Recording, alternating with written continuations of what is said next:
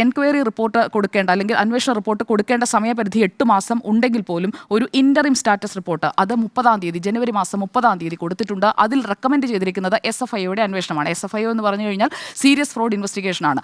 അപ്പോൾ കൃത്യമായി അങ്ങനെ അന്വേഷിക്കേണ്ട, പല തലത്തിൽ അന്വേഷണം നടത്തേണ്ട, പല രേഖകൾ പിടിച്ചെടുക്കേണ്ട, അത് എക്സാലോജിക്കിൽ നിന്ന് മാത്രമല്ല CMRL നിന്നും അതുപോലെ തന്നെ KSIDCയിൽ നിന്നും വിവരങ്ങൾ പിടിച്ചെടുക്കേണ്ട അങ്ങനെ അധികാരപരിധിയുള്ള ഒരു ഇൻവെസ്റ്റിഗേഷൻ ഏജൻസിക്ക് മാത്രം നടത്താൻ കഴിയുന്ന കാര്യങ്ങൾ ഇതിലുണ്ട് എന്ന് വ്യക്തമാക്കിക്കൊണ്ടാണ് ആ ഇന്ററിം റിപ്പോർട്ട് വന്നിരിക്കുന്നത്.